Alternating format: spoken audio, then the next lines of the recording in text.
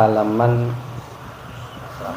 100 pas ya, yaitu makalah ke-8. Wa bil isnadil ladzi yattasulu ilal musannif rahimahumullahu ta'ala wa nafa'ana bi ulumihim wa anwarihim wa asrarihim wa nafahatihim fid dharain amin. Bismillahirrahmanirrahim. Makalah ke-8. An Uthman radhiyallahu anhu wajadtu halawatal ibadati fi arba'ati asya'. Awwaluha fi ada'i faraidillahi watsani fi ijtinabi maharimillahi watsalitsu fil amri bil ma'rufi wa ibtigha'i thawabillahi warrabi'u fin nahyi 'anil munkari wal iltiqa'i min ghadabillahi. Diriwayatkan dari sahabat Utsman radhiyallahu anhu mengatakan, kata beliau, aku menemukan kenikmatan beribadah dalam 4 hal. Pertama, dalam menunaikan kewajiban-kewajiban dari Allah. Nah, ketika menunaikan kewajiban-kewajiban dari Allah, ya secara khusus misalnya sholat, nah itu beliau temukan kenikmatan beribadah kepada Allah Ta'ala. Nah, dan memang kita harus perhatian ini dalam urusan ini, karena memang bagus atau tidaknya keadaan kehidupan kita, yaitu memang dengan kita memperbaguskan hubungan kita kepada Allah Subhanahu wa Ta'ala, terutama dalam hal menjalankan kewajiban-kewajiban. Nah, secara umum apa saja kewajiban kita? Yang jelas kita berukun Islam, semuanya kewajiban kita itu ibadah. Kalau yang tidak ada di dalam rukun Islam, termasuk kewajiban juga seperti berbakti kepada kedua orang tua, ya, menghormati yang lebih tua, menyayangi yang lebih muda, itu kewajiban kita semua. Dan bagusnya satu ibadah itu, kata Al-Mukarram Ki Haji Muhammad Bakhit di dalam kitab Mengenal Al-Asmaul Husna, itu apabila pelakunya, kita maksudnya sebagai pelaku ibadah itu bisa memenuhi beberapa hal. Nah, di antaranya adalah ikhlas pada amal. Ikhlas pada amal itu maksudnya adalah pendorong untuk melakukan amal ibadah itu tadi adalah semata-mata menjalankan perintah Allah. Itu pendorongnya. Jadi ibadah apapun pendorongnya itu, ya. Kalau spesifik tadi sholat kita contohkan, kalau ditanyakan kepada kita kenapa kita sholat, nah ikhlas pada amal sholat tuh, yaitu semata-mata menjalankan perintah Allah. Satu. Yang kedua, ikhlas di dalam mencari pahala atau balasan dari Allah. Ikhlas juga namanya. Nah, ikhlas dalam mencari balasan atau pahala dari Allah ini, yang paling baik adalah mencari keridhaan Allah. Jadi kalau tadi contohnya kita khususkan ke sholat, berarti ikhlas pada amal tadi menjalankan perintah Allah, ikhlas dalam mencari balasan atau pahala semata-mata mencari keridhaan Allah. Itu aja yang diincar. Kemudian yang ketiga, supaya bagus ibadah kita, kata beliau, kita harus bisa merasakan dan menyadari dalam hati akan fasilitas yang Allah berikan kepada kita ketika mengerjakan ibadah itu tadi. Karena setiap ibadah itu pasti ada pendukung fasilitasnya. Kalau tidak dikasih fasilitas, bisa tidak digawi itu ibadah tuh. Apa fasilitas ibadah yang harus kita rasakan? Banyak. Pertama, kesehatan. Karena kalau tidak ada sehat, biasanya orang kuliah beribadah. Nah macam sini pengajiannya. Ini kalau bangsa tidak sehat, tidak ada tulak deh. Apalagi fasilitas ibadah, keamanan. Nah ini kalau tidak aman juga tidak bisa kita kumpul-kumpul macam ini. Nggak ada kasus COVID. Banyak ibadah yang terhalang, tidak bisa tegawi, tak bisa dilaksanakan. Bahkan sampai sholat Jumat pun ada yang tidak ada. Kenapa? Karena keadaan tidak aman. Apalagi fasilitas yang lain, pakaian, apalagi air, ini kesannya kasus sholat. Nah dan segala macamnya, ya, ilmu. Kalau tidak dikasih fasilitas ilmu dari Allah, nak begawi ibadah apa kita? Sendal sepele cuman tuh, nak pergi pengajian ke sini, tidak ada bersandal, tahan tak jadi. Nah, jadi disadari bahwa ketika kita mengerjakan amal ibadah, kita pasti dilengkapi fasilitas oleh Allah Ta'ala. Nah yang terakhir adalah membesarkan taufik dari Allah Ta'ala. Ini yang lebih penting, yaitu bahwa amal ibadah apapun itu bisa dikerjakan karena ada peranan taufik dari Allah Ta'ala, pertolongan Allah. Fasilitas boleh lengkap, tapi kalau taufik tidak Allah kasih, tidak bakal bisa. Makanya banyak orang yang diliputi fasilitas tapi tidak bisa. Kayak sholat tadi, badannya sehat, ilmu sholatnya tahu, baju ada, banyu ada, keadaan nyaman, tapi tidak bisa sembahyang dia. Nah kenapa? Karena tidak dikasih taufik. Nah jadi merasa-rasakan dalam hati ada taufik Allah di situ, bahwa itu adalah bahagian karunia dari Allah Ta'ala. Di situ aja daya kekuatan dari Allah Ta'ala, kudrat iradat Allah Ta'ala. Nah, baru kita rasakan semuanya itu, bahwa sebenarnya satu contoh ibadah sholat tadi kita ambil, dan sama sebenarnya ibadah apapun akan sama bisa dikiaskan, bahwa itu hakikatnya adalah minnatullah. Minnatullah itu apa? Karunia, anugerah dari Allah yang telah memilih kita di antara sekian miliar hambanya. Alhamdulillah. Jadi seakan-akan akan terucaplah kata-kata seperti itu. Berarti ketika kita bisa melakukan ibadah, sebenarnya kita tuh hamba pilihan.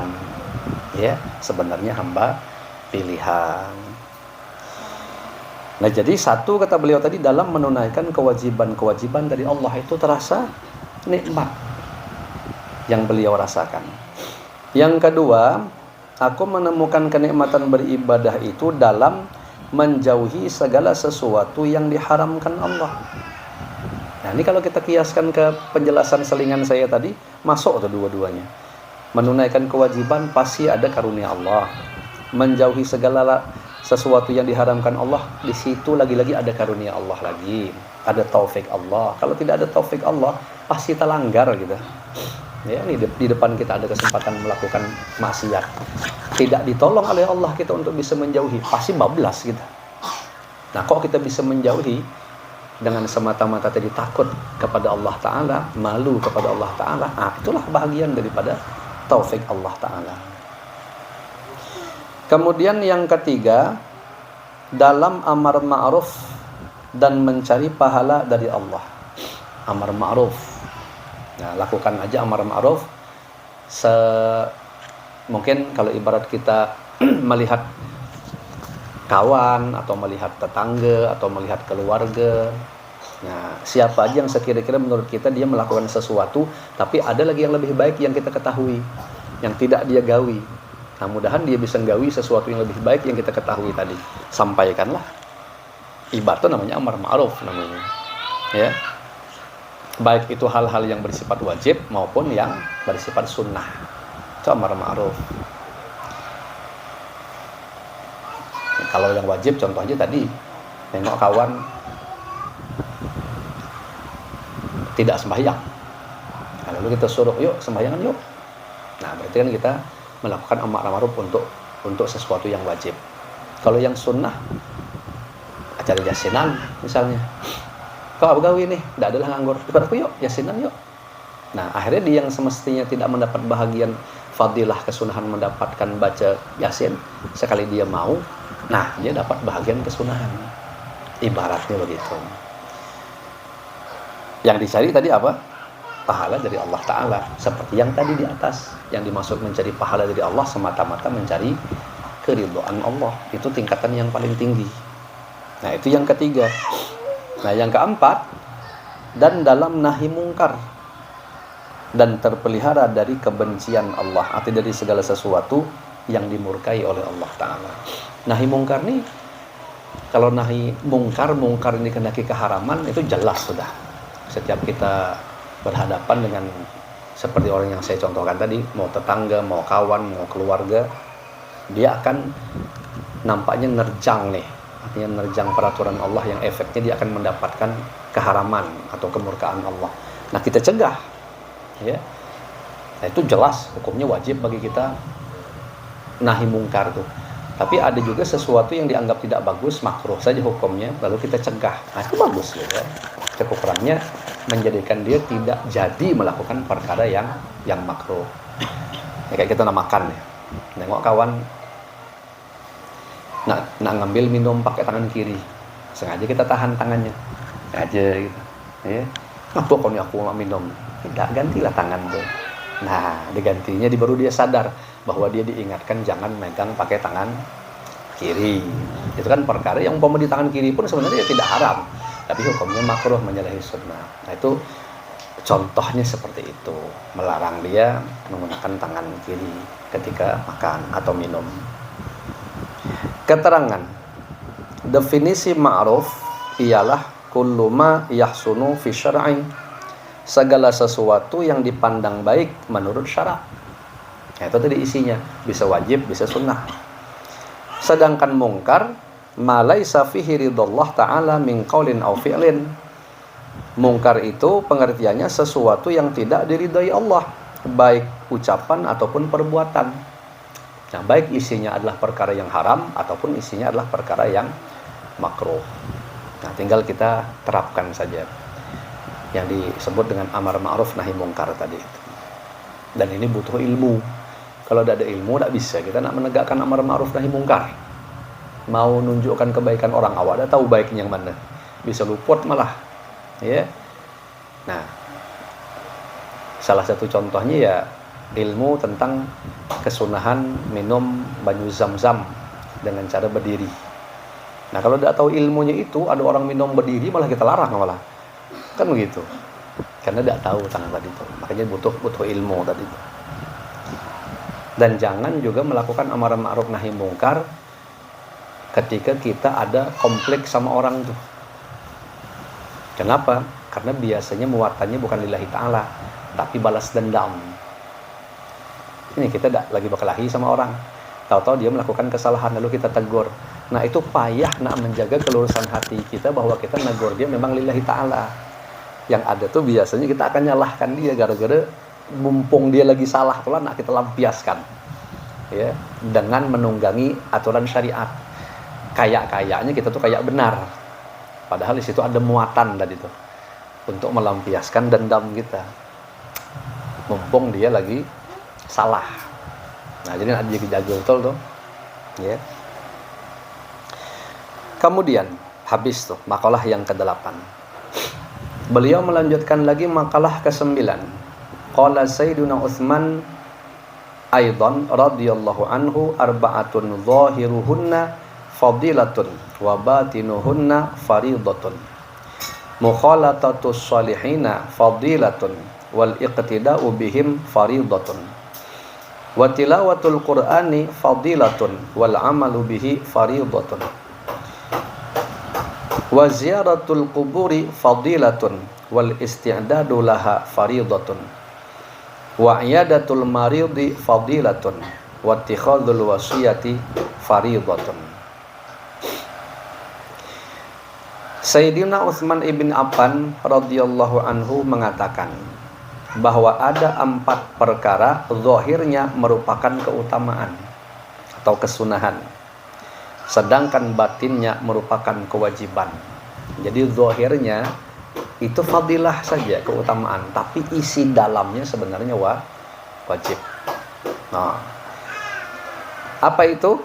Yaitu A1, bergaul dengan orang-orang soleh. Nah, kan bergaul dengan orang soleh itu satu keutamaan, ya. Sedangkan mengikuti jejak langkah mereka adalah kewajiban. Nah, begaulnya, hukumnya, keutamaan saja bagus kan, kita jadi kawan bebas-bebas saja, tercari kawan orang yang soleh, nah itu bagus, keutamaan lebih baik. Tapi mengikuti tindak lampah orang soleh itu hukumnya wajib, itu yang wajib isinya. Makanya ulama kita tuh ada yang nyinggung, jangan terlalu bangga kita berdekat-dekat dengan orang soleh, dengan ustadz, tuan guru, kiai, habib, yang dengan kedekatan itu menjadi semacam hanya sebatas kebanggaan. Apalagi selalu ada kenangan selfie, sehingga ditempel lah foto kita di dinding tuh, wah punya pernah ya kumpul sama ulama ini, ustadz ini, kiai ini, wah orang hebat nih. Nah, dan awak pula yang mancing ceritanya, kabarnya aku ini hal ini kemarin ini kena kenangan, wah hebat. Tapi ternyata dia tidak mengambil manfaat kedekatannya itu, yaitu tidak ittiba. Mestinya harus ittiba, karena setiap ulama itu masih ada sisi-sisi tertentu yang dia punya kelebihan, ya, terutama dalam akhlaknya. Nah, mestinya kita contoh, oh ulama ini apa kehebatannya? Baca Quran. Nah, kita harus mengikuti itu tindak lampahnya, mestinya menjadikan kita rajin baca Quran. Oh ulama ini selalu riang gembira, macam tidak pernah susah, bawaannya senang. Nah ikuti tuh. Jadi waktu dalam kondisi kita lagi susah, lagi dapat musibah, bawaannya riang gembira, itu wajib diikuti. Oh ulama ini tawadhu, oh ulama ini dermawan, oh ulama ini hobi qiyamul lail. Nah itu namanya ittiba yang hukumnya wajib tadi. Ini foto aja yang banyak ibaratnya, tapi tidak ada lalu yang diikuti. Ulamanya rajin ibadah, awak tetaplah kuler. Ulamanya dermawan, awak tetap pemalar. Ya, ulamanya pemaaf, awak tetap pendendam. Kira-kira itu luput namanya. Ya, luput. Jadi bergaul dengan orang-orang soleh merupakan keutamaan, sedangkan mengikuti jejak langkah mereka adalah kewajiban. Ibaratnya begitu. Yang B atau yang kedua, membaca Al-Quran adalah keutamaan, kesunahan hukumnya. Kan tidak wajib baca Quran. Sedangkan mengamalkannya, maksudnya mengamalkan isinya, itu adalah kewajiban. Nah, wajib isinya. Nah, itu sudah maklum aja kita. Ya. Yang C, ziarah ke kuburan itu merupakan suatu keutamaan, jelas hukumnya juga sunnah, ziaratul kubur. Sedangkan menyiapkan diri untuk hidup sesudah mati, artinya untuk kehidupan kita di alam kubur, nah itu adalah satu kewajiban, wajib bagi kita. Dan bekal kita dalam kubur itu amal, kan sudah sering disinggung sama guru-guru kita, penceramah kita. Keluarga tidak bakal mau masuk sampai ke kubur, harta benda kita tidak bakal mau ngantar, paling mentok juga ngantar sampai ke kubur harta kita. Oh ada yang bisa harta ngantar kubur, iya apa kendaraan ya, kali aja kita diantar ke kubur pakai kendaraan kita, ya. Apalagi anak bini tidak mau, kawan sama, sampai di kubur itulah. Nah yang ikut masuk cuma satu, yaitu amal. Oh berarti amal itu yang wajib bagi kita untuk mengerjakannya, supaya dia menjadi munis, menjadi penghibur kita di alam kubur. Segala macam amal-amal lah, ya.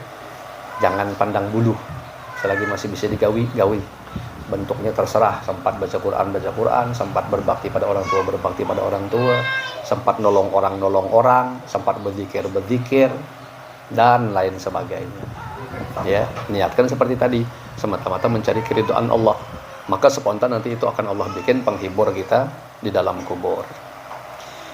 Nah yang terakhir, yang D atau yang keempat, menengok orang sakit. Itu adalah suatu keutamaan. Sedangkan memberi nasihat kepada orang sakit agar bersabar adalah kewajiban. Nah betul. Karena orang sakit ini kadang-kadang dia bisa tidak beradab. Kan sakit itu musibah, atau boleh disebut bala, ya, atau boleh disebut ujian. Ada orang sakit itu yang merutuk itu ada, ya, seakan-akan tidak terima dengan sakitnya. Nah, kita kasih masukan, sabar, ini memang ujian, inilah cuman yang bisa kami berikan. Saya pun kalau ngalami sakit macam pian ini belum tentu saya kuat juga, tapi paling tidak sekarang ini inilah yang bisa saya berikan. Satu sisi, atau sisi lain, keburukan orang yang sakit, dia bisa berburuk sangka kepada Allah Ta'ala. Nah, kita pancing macam mana supaya dia berbaik sangka kepada Allah Ta'ala.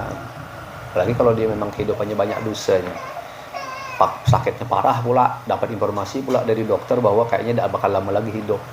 Wah, itu bisa, aku nih pastilah ke neraka nih, banyak dosa. Tenang, ya. Walaupun kau banyak dosa, yakini Allah tuh Maha Pengampun. Yang penting kau serius aja minta ampun kepada Allah. Insya Allah kau akan temui Allah tuh akan mau mengampuni. Nah, itu tugas kita tadi tuh, dikuatkan, ya, istilahnya begitu, supaya dia macam mana sekurang-kurangnya, andaikan benar-benar dia meninggal sesuai dengan rekomendasi dokter tadi dalam hal waktunya, sekurang-kurangnya dia meninggal dalam keadaan berbaik sangka kepada Allah Ta'ala, ya. Nah, kalau berbaik sangka kepada Allah Ta'ala berarti itu salah satu alamat husnul khatimah, ibaratnya seperti itu. Hal itu sesuai dengan sabda Nabi Shallallahu Alaihi Wasallam, al-mahrumu man harumal wasiyah, rawahu Ibnu Majah an Anasin. Artinya orang yang terhalang untuk mendapatkan pahala dan kebaikan yang besar serta terhalang dari kemaksiatan,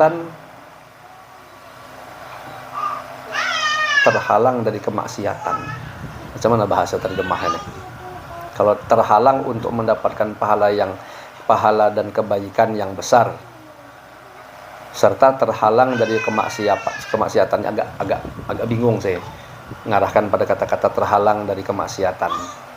Kalau dikunci tidak ada itunya malah nyaman mahamnya.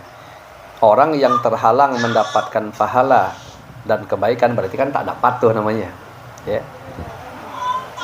Mungkin ya yang dikehendaki dengan serta terhalang dari kemaksiatan ini maksudnya maksiat itu kalau kita terhalang kan berarti kita tidak jadi maksiat nih. Mungkin ada bahasa yang terkurang di sini yang sehingga maksiat itu mestinya terhalang malah tegawi gitu maksudnya, ya.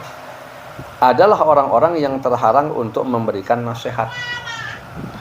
Lebih nyaman lagi tadi dihilangkan yang maksiat itu. Kita diberi Allah kesempatan bisa meraih satu pahala berupa menasihati tadi orang yang sakit supaya disuruh bersabar, tapi kita tidak melakukan itu. Nah, itu namanya terhalang dari kebaikan, ya. Nah, kemudian makalah ke-10, wallahu a'lam bissawab. Kita cukupkan ya. Mudah-mudahan yang sedikit ini yang kita kaji dijadikan oleh Allah Ta'ala menjadi ilmu nafi', manfaat berkah dunia akhirat untuk kita semua. Amin ya rabbal alamin.